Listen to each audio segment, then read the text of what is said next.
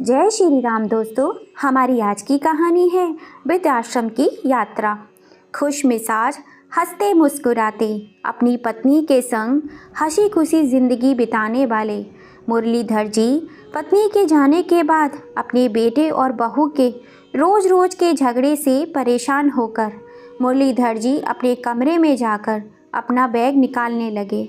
उसमें अपने कुछ जोड़ी कपड़े रखे और उदास मन से अपनी पत्नी की तस्वीर को उठाया और बोले, कितने नाजों से पाल पोस कर बड़ा किया था हमने अपने इकलौते लाडले बेटे को। कहते ही वो रो पड़े, परंतु फिर सोचने लगे, नहीं, ये कमज़ोर पड़ने का वक्त नहीं है। उन्होंने अपनी आंखों के आंसू पोंछते हुए अपनी पत्नी की तस्वीर को अपने बैग में रखा और अपने एक दोस्त को फ़ोन किया जो वृद्ध आश्रम में रहते थे। भरे गले से उन्हें बताया कि अब वो भी वृद्ध आश्रम में रहना चाहते हैं। इतनी बात सुनते ही उनका दोस्त घनश्याम शब्द रह गया। उसके पास और कुछ पूछने के लिए शब्द ही नहीं बचे थे। मुरलीधर जी ने केवल इतना ही कहा कि मैं रोज़ रोज़ के कलह से परेशान आ गया हूँ और 1 घंटे में तुम्हारे पास पहुँच रहा हूँ। जिस समय वे अपना घर छोड़कर अपना बैग लेकर निकलने लगे तो उन्होंने देखा उनका बेटा और बहू अपने कमरे में बैठकर चाय और स्नैक्स का आनंद ले रहे थे, परंतु दोनों में से किसी ने नहीं पूछा कि आप यह सामान लेकर कहाँ जा रहे हो, और ना ही किसी ने उन्हें रोकने की कोशिश की। रोज़ रोज़ की अपमान और जिल्लत भरी ज़िंदगी से परेशान मुरलीधर जी वृद्ध आश्रम पहुँच गए। थोड़े ही समय में उनके वृद्ध आश्रम में बहुत से मित्र बन गए थे। वे सबके साथ हाल चाल बांटते, बातें करते, रोज़ सवा सैर और एक्सरसाइज भी किया करते थे। धीरे धीरे मुरलीधर जी को आश्रम में ही अच्छा महसूस होने लगा। घर की अपेक्षा उन्हें वृद्ध आश्रम ज़्यादा सुकून दे रहा था। सभी लोग एक साथ खाना खाया करते थे, जबकि घर में रोज़ के कलेश से मुरलीधर जी का हृदय छलनी हो गया था। हमेशा अपनी पत्नी की तस्वीर से बातें करते हुए कहते थे कि तुम तो मुझे पहले ही छोड़कर चली गई, परंतु उस बेटे ने भी मेरा साथ नहीं दिया जिसके लिए मैंने कभी अपना पसीना भी पानी की तरह बहाया था। एक दिन मुरलीधर जी वृद्ध आश्रम के प्रांगण में टहल रहे थे।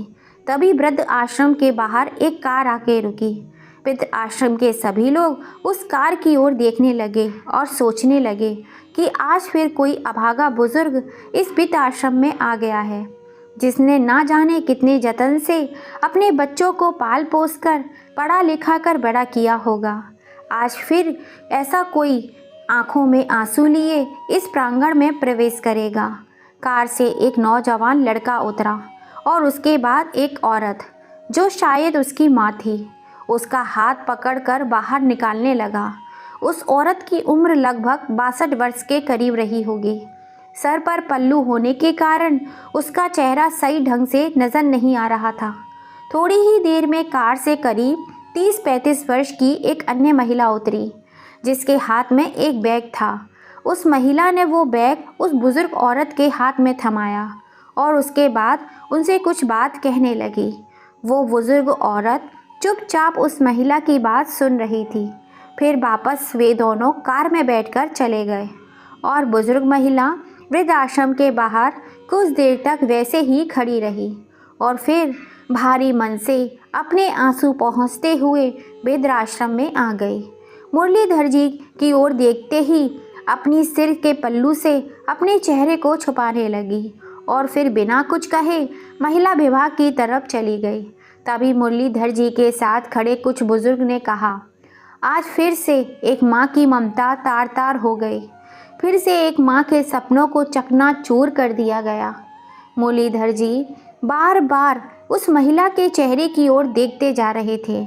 उन्हें लगा जैसे वो उस महिला को जानते हैं, लेकिन वह पूरी तरह से समझ नहीं पाए कि वो महिला कौन है।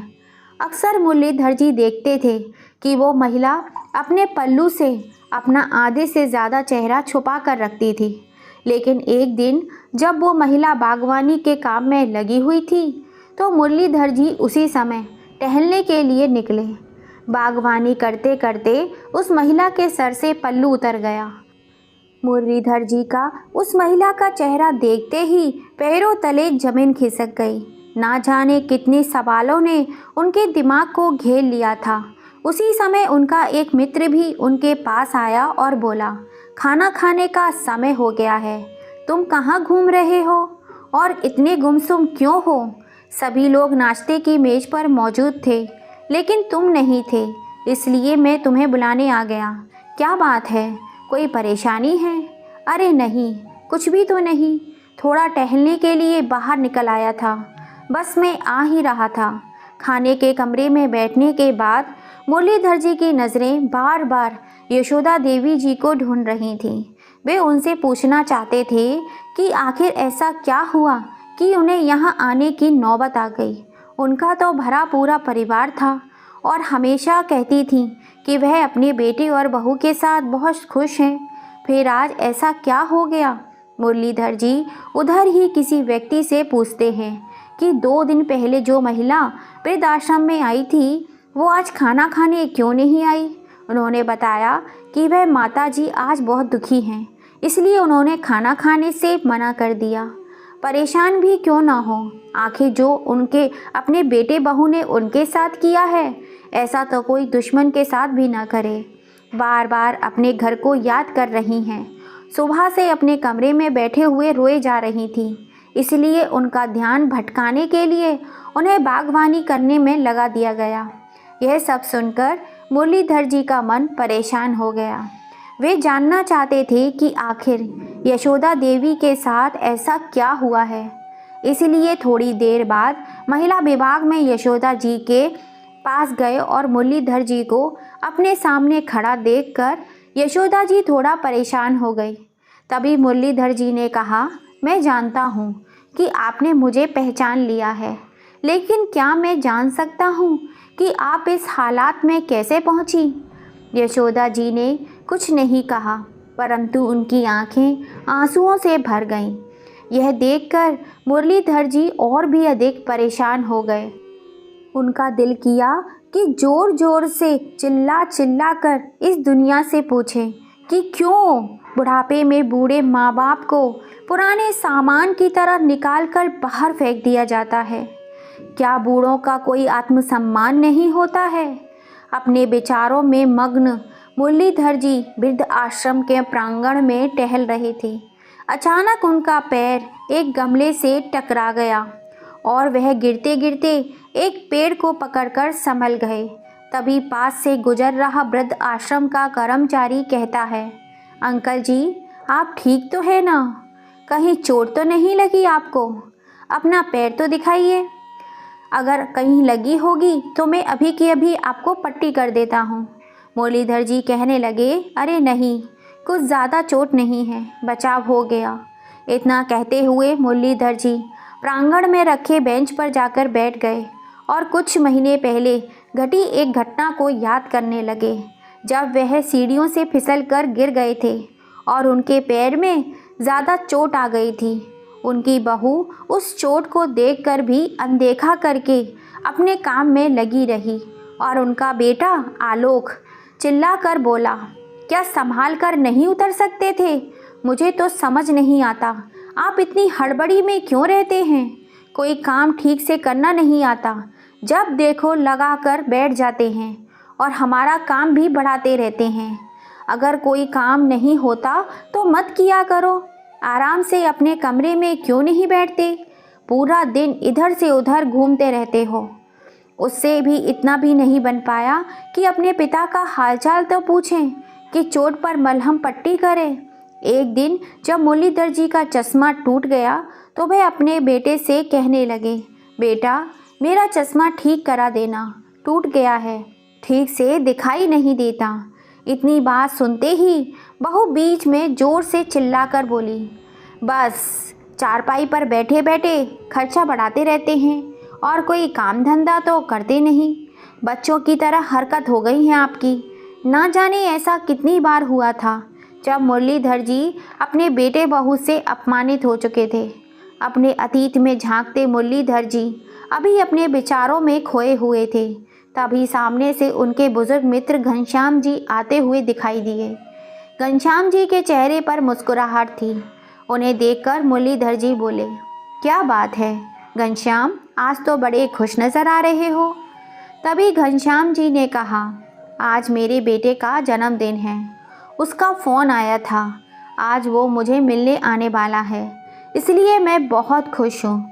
बहुत दिनों बाद आज उसका चेहरा देखने को मिलेगा। घनश्याम जी की बात सुनकर मुरलीधर जी कुछ परेशान से हो गए और अपने मित्र से बोले, जिस बेटे ने तुम्हारी ये हालत कर दी, तुम्हें वृद्ध आश्रम में छोड़कर चला गया, साल में केवल कुछ देर के लिए तुमसे मिलने के लिए आएगा, तुम उस बेटे के लिए खुश हो रहे हो। तभी घनश्याम जी बोले, मैं तो इसी से खुश हूँ कि कम से कम मेरा बेटा मुझसे मिलने तो आ रहा है, मेरे लिए यही बहुत बड़ी बात है। लेकिन मुरलीधर जी उनसे नाराज़ होकर उनकी बात को बिना सुने अपने कमरे में जाकर बैठ गए। सोचने लगे, यह किस्सा केवल मेरे साथ या यशोदा जी के साथ नहीं है। वृद्ध आश्रम में रहने वाले हर बुजुर्ग की कोई ना कोई कहानी ज़रूर है और सभी की ज़िंदगी में वृद्ध आश्रम में रहने के लिए पीछे कोई ना कोई वजह भी ज़रूर है। बिना किसी वजह के अपनी मर्जी से कोई वृद्ध आश्रम में नहीं आता। जब तक कि एक व्यक्ति अंदर तक नहीं भर जाता, तब तक वो यहाँ आने के लिए मजबूर नहीं होता। लेकिन देखो, सभी बूढ़े लोग अपनी उन कड़वी यादों को भूलकर अपनी ज़िंदगी को यहाँ बिताने के लिए मजबूर हैं। कुछ लोग समय के हिसाब से स्वयं को ढाल लेते हैं और कुछ खुश रहने की कोशिश करते हैं, जबकि कुछ लोग मेरे जैसे हैं जो हमेशा ही अपने बच्चों को, अपने बेटे बहू को, अपने पोता पोती को याद करके आँखों से आंसू बहाते रहते हैं, बार बार अपने घर परिवार को याद करते रहते हैं। मन में अपने घर के लिए लगाव भी है, लेकिन उसी घर में रहने वाले अपने बेटे और बहू के दिए गए घाव भी हैं। मुरलीधर जी को कविता लिखने का बहुत शौक था, इसीलिए वे अपना दिल बहलाने के लिए कुछ देर के लिए कविता लिखने बैठ जाते थे। एक दिन जब वो एक कागज़ पर अपने विचारों को कविता का रूप दे रहे थे, तो उस पर अपने हालात बयान करते करते उनकी आंखें आंसुओं से डबडबा गईं। उसी समय वृद्ध आश्रम का संचालक उनके पास आया और उन्हें आवाज़ लगाई। मुरलीधर जी इस समय ठिठक कर बैठ गए और कागज़ को मोड़कर अपनी जेब में रख लिया और अपने आंसू छुपाते हुए बोले, जी बोलिए मुरलीधर जी, आपका बेटा और बहू आपसे मिलने आए हैं, साथ में आपका पोता भी आया है। यह बात सुनकर मुरलीधर जी हैरान हो गए, साथ में उनके चेहरे पर नफ़रत के भाव भी आ गए। सोचने लगे कि आज मेरे बेटे को मेरी याद कैसे आ गई। जब ऑफिस में गए तो उस समय उनका 6 वर्ष का पोता सोनू उन्हें देखते ही दादू दादू बोलते हुए झट से उनकी ओर दौड़ा और उनकी टांगों से चिपक गया। मुरलीधर जी की आंखों से आंसू झलक पड़े। अब तक वे मन मारकर वृद्ध आश्रम में जैसे तैसे जी रहे थे, लेकिन अपने पोते को देखते ही उनका दिल कमज़ोर पड़ने लगा। परंतु फिर अचानक दिमाग में विचार आया, यह वक्त मजबूती से अपने निर्णय पर टिके रहने का है। ऐसा सोचते हुए गुस्से से अपने बेटे को देखते हुए बोले, तुम यहाँ क्या करने आए हो? चले जाओ यहाँ से, मुझे किसी से मिलने की कोई ज़रूरत नहीं है। मैं यहाँ बहुत खुश हूँ और अपनी ज़िंदगी बड़े आराम से काट रहा हूँ। कम से कम यहाँ मेरे साथ कोई हंसने बोलने वाला तो है। वह पिताजी, दरअसल बात यह है कि आज सोनू का जन्मदिन है और हमने घर पे पार्टी रखी है। सोनू की ख्वाहिश है कि आप भी उसके जन्मदिन पर उपस्थित रहें। यदि आप आएंगे तो आपके पोते को भी अच्छा लगेगा। तभी मुरलीधर जी बोले, देखो मैं वो घर छोड़कर आ चुका हूँ और अब मैं वहाँ दोबारा नहीं जाना चाहता। इस समय उनका बेटा बोला, पिताजी आप घर चलिए, वहाँ आपके मित्र भी पार्टी पर आ रहे हैं, मैंने उन्हें भी बुलाया है। सभी आस पड़ोस वाले और रिश्तेदार भी आएंगे। सब लोग आएंगे और आपके बारे में पूछेंगे तो हम क्या कहेंगे? तभी मुरलीधर जी बोले, अच्छा तो आज मुझे अपने बेटे के जन्मदिन के लिए बुलाने नहीं बल्कि अपनी इज्जत बचाने के लिए तुम लोग बुलाने आए हो। सभी रिश्तेदार आएंगे तो पूछेंगे तुम्हारे पिताजी कहाँ हैं, तो तुम क्या जवाब दोगे? इसीलिए तुम मुझे बुलाने आए हो। अभी के अभी चले जाओ यहाँ से, मैं कहीं नहीं जाने वाला हूँ। तुम लोग कितने स्वार्थी हो गए हो, ज़रूरत पड़ी तो बुलाने आ गए, वरना इतने महीने में से यहाँ वृद्धाश्रम में हूँ, एक बार भी खबर लेने नहीं आए कि मैं ज़िंदा हूँ या मर गया हूँ। इतना तो दूर फ़ोन करके भी मेरा हालचाल पूछने की ज़रूरत नहीं समझी तुम लोगों ने। इतना तक नहीं पूछा कि घर छोड़कर वृद्धाश्रम चले क्यों गए। आज ज़रूरत पड़ी तो हाथ जोड़कर मुझे लेने के लिए आ गए हो। नहीं, अब से यही मेरा घर है, मैं कहीं नहीं जाऊंगा अपने घर को छोड़कर। ऐसा कहते हुए मुरलीधर जी अपने कमरे की ओर जाने लगे। तभी बेटा और बहू दोनों ने आपस में प्लान बनाया कि पिताजी ऐसे नहीं मानेंगे, कुछ तो करना पड़ेगा, तभी हम इन्हें घर ले जाकर जा सकेंगे और रिश्तेदारों के ताने सुनने से बच सकेंगे। इसीलिए दोनों रोनी सूरत लेकर मुरलीधर जी के पास गए और गिड़गिड़ाते हुए कहने लगे, पिताजी हमें माफ़ कर दो, हमसे बहुत बड़ी गलती हो गई, हमें अपनी गलतियों का बहुत पछतावा है। हमारी गलतियों की सज़ा आप अपने पोते को क्यों दे रहे हैं? आपके पोते का आज जन्मदिन है, क्या आपको अपने पोते की खुशियों में शामिल होने का भी मन नहीं कर रहा? इतनी बात सुनकर मुरलीधर जी का दिल पिघलने लगा। तभी सोनू बोला, चलो ना दादू, बहुत मस्ती करेंगे।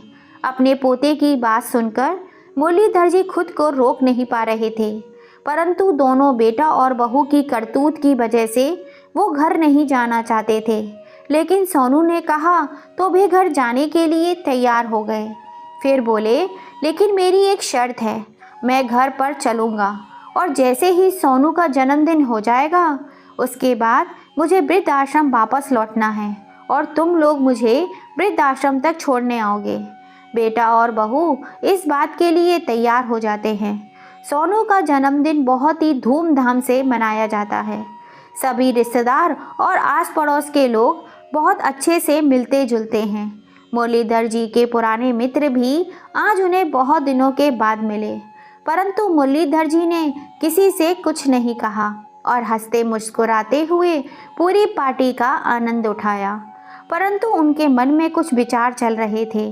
वे सोच रहे थे कि कल अपने बेटे बहू को जो सरप्राइज़ देने वाला हूँ उसकी तो उन्होंने कभी कल्पना भी नहीं की होगी। जब पार्टी ख़त्म हुई तो बहुत रात हो चुकी थी। उस समय मुरलीधर जी घर पर ही रुक गए। जब वह अपने कमरे में सोने के लिए गए तो अपनी पत्नी की यादों में खो गए। आप भी ना, एक रोटी से क्या पेट भरता है? एक रोटी तो और ले लीजिए, अभी गरम गरम सेक रही हूँ, तो एक रोटी और मेरे कहने पर खा लीजिए। आप खाते हैं तो मेरे तन को लगता है। अरे नहीं मधु, मेरा पेट भर चुका है, और कितना खिलाओगी? अपनी पत्नी की याद करते करते मुरलीधर जी सोचने लगे, एक मधु थी जो मुझे एक गिलास पानी भी खुद से उठाने नहीं देती थी, और एक उसकी बहू है जिसने मुझे एक एक रोटी के लिए तरसा दिया। छोटे से छोटा काम भी मुझ पर डाल देती थी। सब्जी लेने से लेकर घर की साफ सफाई तक सारे काम मुझसे ही करवाती थी। मुझे तो वह काम करने में भी कोई हर्ज नहीं था, परंतु सब करने के बाद भी अगर घर में इज्जत ना मिले तो ऐसी ज़िंदगी किस काम की। अपनी पत्नी की यादों में गुम पता नहीं कब उनकी आंख लग गई। सुबह जब सोकर उठे तो देखा बेटा और बहू दोनों तैयार खड़े थे। जैसे ही वो बाहर आए तो बहू पूजा बोली, पिताजी आप तैयार हो जाइए, आपको वापस वृद्धाश्रम में छोड़ कर आते हैं। ऐसा कहते हुए पूजा के मन में विचार चल रहे थे कि कहीं पिताजी हमेशा के लिए यहीं रुकने का मन न बना ले, इसीलिए जल्द से जल्द उन्हें वृद्धाश्रम में छोड़ देना ही उचित होगा। मुरलीधर जी उन्हें देखकर हैरान थे और अपने बेटे बहू की मंशा को अच्छी तरह से समझ रहे थे, इसलिए वह भी जल्दी से नहा धोकर तैयार हो जाते हैं। जैसे ही वृद्धाश्रम में जाने के लिए गाड़ी में बैठने लगे, वह देखते हैं कि उनकी बहू पूजा के चेहरे पर एक संतुष्टि भरी मुस्कान थी। मन ही मन सोचने लगे, चलो बेटा, आज तुम्हें जो सरप्राइज़ दूंगा उसके बाद से तुम वृद्ध आश्रम का नाम लेना भी भूल जाओगे। मुरलीधर जी ऐसा सोचकर कार में बैठ जाते हैं। एक पल को अपने घर को निहारते हैं, फिर सोचते हैं कि ठीक है, जहाँ मन को तसल्ली मिले उधर ही रहना चाहिए।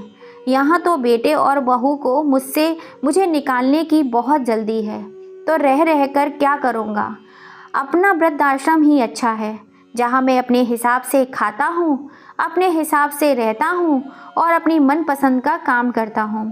किसी की चिक चिक नहीं है। जैसे ही वृद्धाश्रम के सामने कार रुकी तो बेटे बहू कार से उतरकर बाहर खड़े हो गए। मुरलीधर जी भी कार से निकले और अंदर जाने लगे। जाते जाते रुक गए और पीछे मुड़कर अपने बेटे बहू को आवाज़ लगाई। वे दोनों अपनी कार में बैठने ही लगे थे, तभी मुरलीधर जी की आवाज़ सुनकर रुक गए।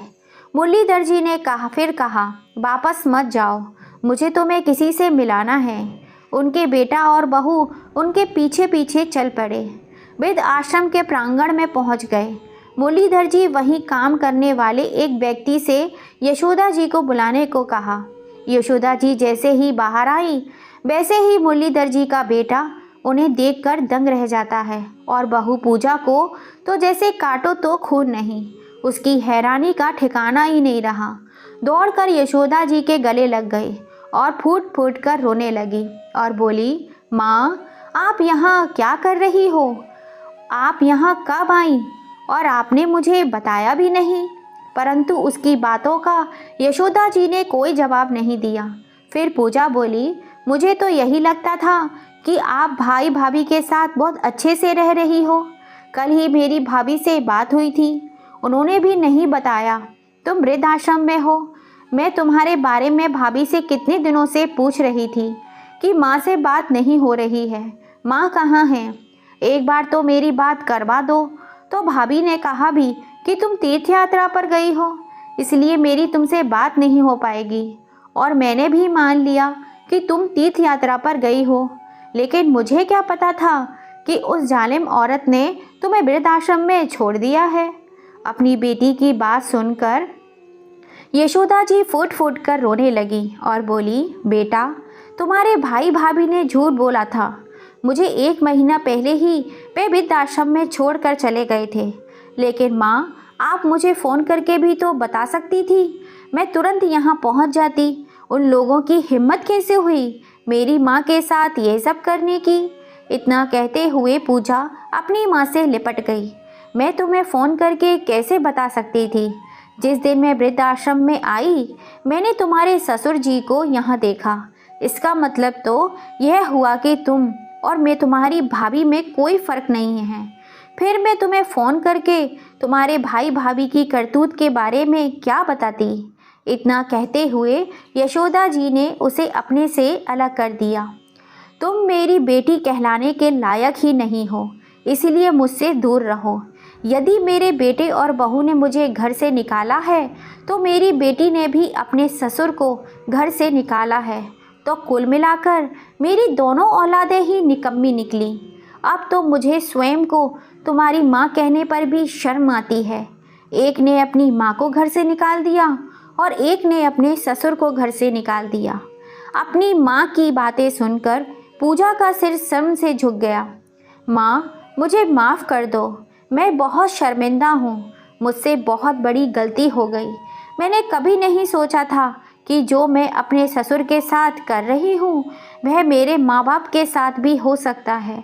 तभी यशोदा जी बोली, बेटा, वैसे तो तुम्हारी गलती माफ़ करने के लायक नहीं है, फिर भी अगर माफ़ी मांगनी है तो मुझसे नहीं, अपने ससुर जी से मांगो।